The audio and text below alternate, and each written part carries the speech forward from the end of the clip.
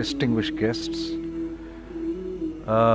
I am truly humbled, wallah, that you have given me this opportunity to come here and speak in front of such a august audience.